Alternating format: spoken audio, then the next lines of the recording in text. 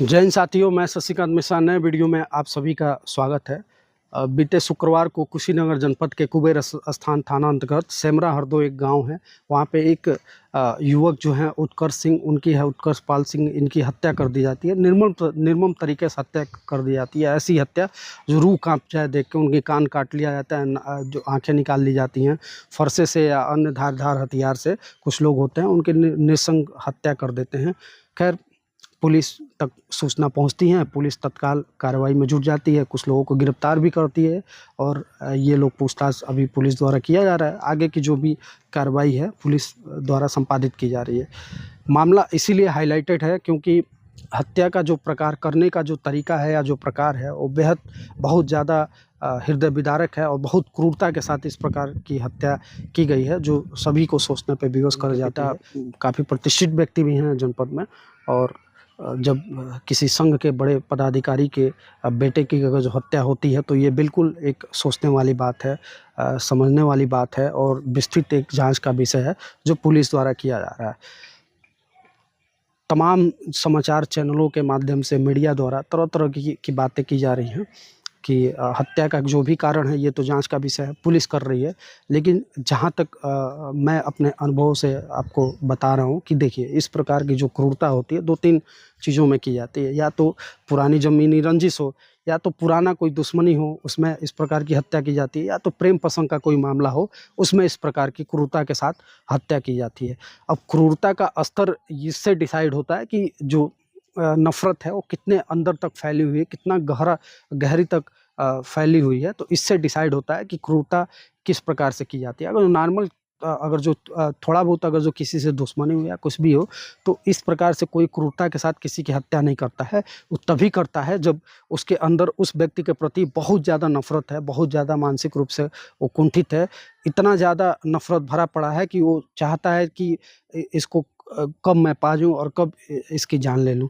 तो ये अचानक एक दिन में या एक रात में ये कहानी नहीं बनी होगी। ये नफ़रत, ये कुंठा और ये जो रंजिश है ये बहुत पहले से चली आ रही होगी, और तभी जाके ये सामने आया है कि अचानक मौके का फ़ायदा उठा के और उनकी हत्या कर दी गई। हत्या एक व्यक्ति ने नहीं किया, 3-4 लोगों ने किया। और जहाँ तक मीडिया समाचार पत्र जब मैं पढ़ रहा था तो ये भी मैं देखा कि तब तक उनका गला दबाए रखे जब तक पुलिस मौके पे आ गई। उसके बाद भी वो लोग नहीं छोड़ रहे थे, छाती पे बैठ के गला दबा के और वो कर रहे थे। मतलब ये था कि जब उनको धारदार हथियार से उनकी एक आँखें फोड़ी गई या कान पे जो प्रहार किया गया, पैर में जब धारदार हथियार से मारा गया, तो वो जीवित थे, सांसें उनकी चल रही थी। और अगर जो ये लोग और क्रूरता नहीं किए होते, अगर जो उनका गला नहीं दबाए होते, उनके सीने पे चढ़ के क्रूरता के साथ, एक तरीके से एक तो फिल्मों में ये देखने को मिलता है जो विभत्सा तक किसी की हत्या कर देना बहुत ही क्रूरता, बहुत ही अमानवीय कृत्य है। और इस प्रकार किसी भी सभ्य समाज में, किसी भी समुदाय में या किसी भी परिवार में ऐसे जो इस प्रकार की चीज़ें हैं वो स्वीकार योग्य नहीं है। और बिल्कुल इसकी जितनी निंदा की जाए उतना कम है। लेकिन सच्चाई क्या है ये पुलिस को सामने आना चाहिए, और गहनता से जांच, ये नहीं कि मैनिपुलेट करके कि चीज़ें कुछ और हों और बताएं कुछ और नहीं। ये नहीं, जो सच्चाई है एट इट इज़ जो सामने आनी चाहिए। और इसकी रोकथाम, इसकी दोबारा ज़िले में पुनरावृत्ति न हो, रोकथाम के लिए प्रशासन द्वारा कोई सकारात्मक पहल भी करना चाहिए। ये नहीं है कि कोई किसी की हत्या कर दिया तो ठीक है, FIR कर दिया, जेल भेज दिया, वो कानूनी प्रक्रिया है, वो तो होना ही है, वो तो एक चरण होता है। लेकिन इसकी रोकथाम के लिए विस्तृत जिला प्रशासन द्वारा कोई कार्य योजना नहीं है, कोई इस प्रकार की कोई उनका वो नहीं है कि इसको हम कैसे रोकें। तो जब जिसके मन में आ रहा है कोई किसी व्यक्ति की हत्या कर दे रहा है खुलेआम, तो ये नहीं सही है। लॉ एंड ऑर्डर के लिए भी नहीं सही है। ये पुलिस के जो अधिकारी हैं या जो जिले के बड़े अधिकारी हैं, किसी या सरकार है, किसी भी सभ्य समाज में ये चीज़ें स्वीकार करना करने योग्य नहीं हूँ कि ऐसे अपराधों की जितनी निंदा की जाए कम है। लेकिन जो भी ऐसे लोग हैं जो किसी के प्रति अगर जो इतनी नफ़रत बढ़ भी जा रही है, तो आप लोगों को भी सोचना चाहिए कि आप लोग ये कर रहे हैं तो आपका परिवार, तो आपसे जुड़े जितने लोग हैं, आपके परिवार के सभी लोग तो तबाह होंगे ही, आपके अन्य जो लोग हैं उन पे भी इसका आर्थिक सामाजिक असर पड़ता है। जो पीड़ित परिवार है जिसकी हत्या होती है उसका भी पूरा परिवार तबाह हो जाता है, उसके बच्चे तबाह हो जाते हैं, पत्नी, माता पिता। सोचिए पिता की क्या गरिमा होगी। आरएसएस के पदाधिकारी होते हैं, पूरा जीवन अपना लोगों और समाज में हिंदुओं के उत्थान में अपना समर्पित कर देते हैं, लगा देते हैं। जब ऐसे परिवार, ऐसे पदाधिकारियों या ऐसे स्वयंसेवकों के परिवारों में अगर इस प्रकार की घटनाएं होती हैं तो बहुत एक हृदय जो है वो थोड़ा-सा दुखी होता है और मन में एक अलग प्रकार का डर तो पैदा होता ही है। एक सवाल भी खड़ा होता है कि आखिर कब तक ये सारी चीज़ें चलती रहेंगी?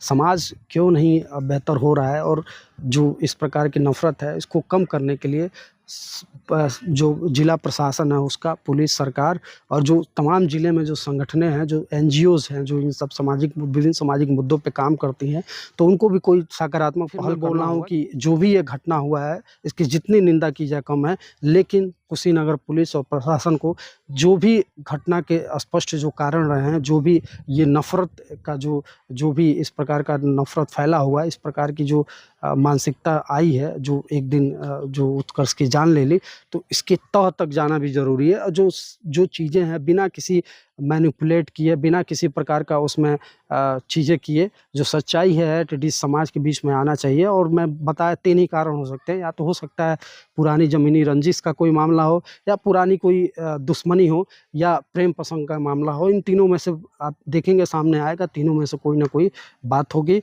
और चूँकि यही अब ट्रेंड चला है, इन्हीं 3 कारणों से ज़्यादातर किसी की हत्या हो रही है।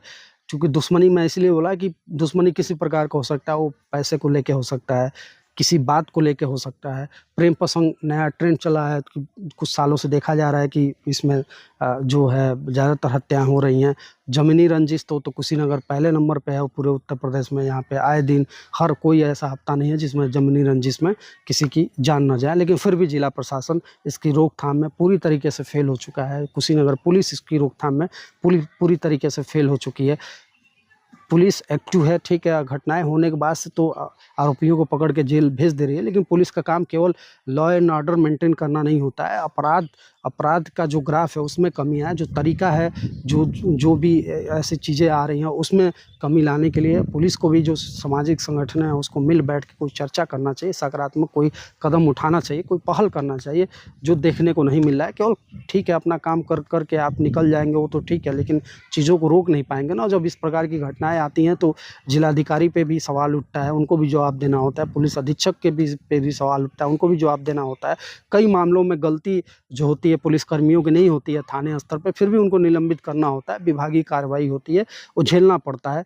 तो भाई सभी को दिक्कतें हैं, ऐसा नहीं है कि अगर जो आपके जो एसएचओ हैं उस थाने के जो प्रभारी हैं वो सोच रहे हैं कि नहीं उनके हल्के में जो गाँव आते हैं, तो अगर जो कोई घटना हो रही है तो उसमें उनकी जवाबदेही तय नहीं होगी। सबसे पहले तो उन्हीं पे कार्रवाई होती है। कप्तान क्या करते हैं, उठा के या तो लाइन हाजिर कर देंगे या निलंबित कर देंगे या विभागीय कार्रवाई उनके खिलाफ कर देंगे।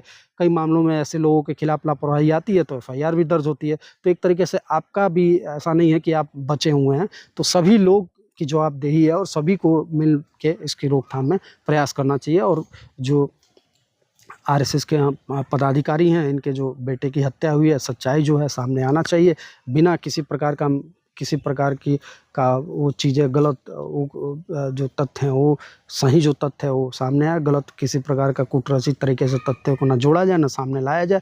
जो सही है एटीट्यूड उसको बाहर लाया जाए, जांच निष्पक्षता के साथ हो, यही हमारी मांग है। जय हिंद। वीडियो अच्छा लगे तो शेयर करें। देश दुनिया के अन्य ऐसे सामाजिक मुद्दों के लिए आप हमारे चैनल पे नए हैं तो सब्सक्राइब कर लें, और जो फेसबुक पे देख रहे हैं तो हमारे पेज को फॉलो कर लें, और ऐसे ही शेयर करते रहें। जय हिंद।